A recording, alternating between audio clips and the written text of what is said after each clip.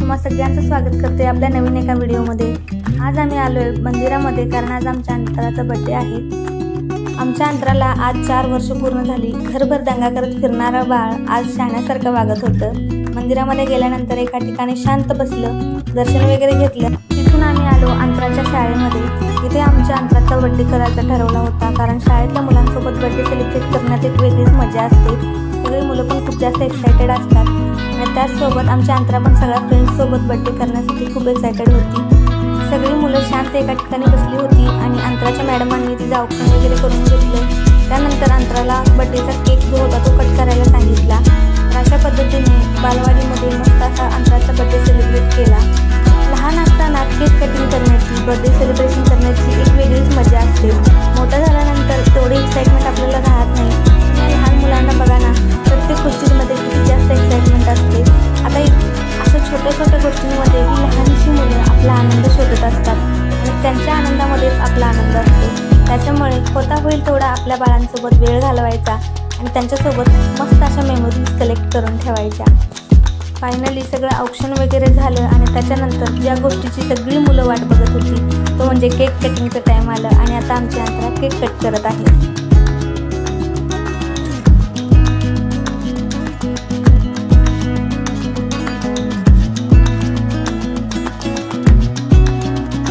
मस्त मुलांच्या सोबत बर्थडे सेलिब्रेट करून झाल्याच्या नंतर आम्ही आलो घरी आणि घरी येऊन आमची इथे धावपळ सुरू झाली कारण संध्याकाळचा स्वयंपाक बनवायचा होता।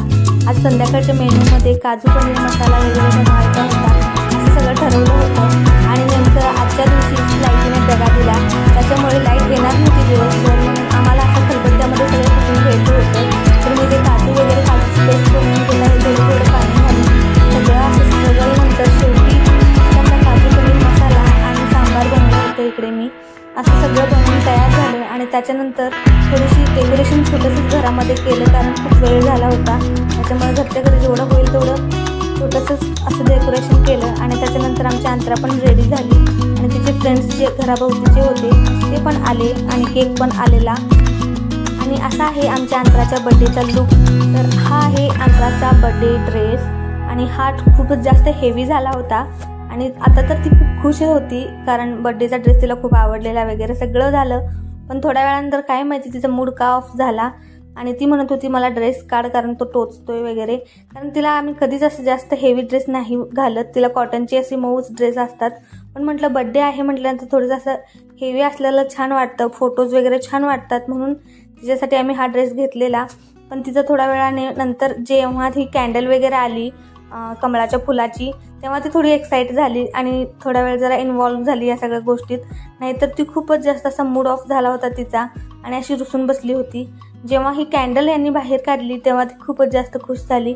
आता बघू शकता तुम्ही रिॲक्शन, ती कॅन्डल कशी म्हणजे काम करते ही तिला अजून माहिती नव्हतं, तर त्यासाठीच तिची एक्साइटमेंट होती की बघूयात आता पुढे काय होतंय। आणि त्याच्यामध्ये ही मेणबत्ती जी होती ती पटकन असं पेटत नव्हती, थोडासा जास्तच वेळ घेत होती, कधी एकदा ते पेटते असं झालं होतं हिला।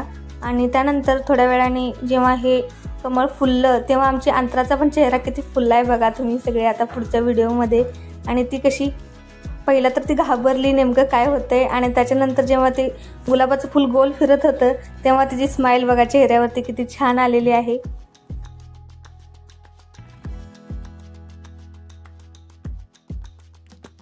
आणि अशा पद्धतीने आमच्या अंतराचा 4th बर्थडे सेलिब्रेट झाला। बघता बघता आमची अंतरा 4 वर्षाची झाली। ते म्हणतात बरोबरच आहे, मुली खूप लवकर मोठ्या होतात पण आमच्यासाठी आमची मुलगी अजून छोटीच आहे। तर असा होता आमच्या आजचा बर्थडेचा व्लॉग। तुम्हा सगळ्यांना व्लॉग कसा वाटला मला कमेंट्समध्ये नक्की सांगा आणि जाता जाता आपल्या चॅनलला पण सबस्क्राईब करा। Bye bye.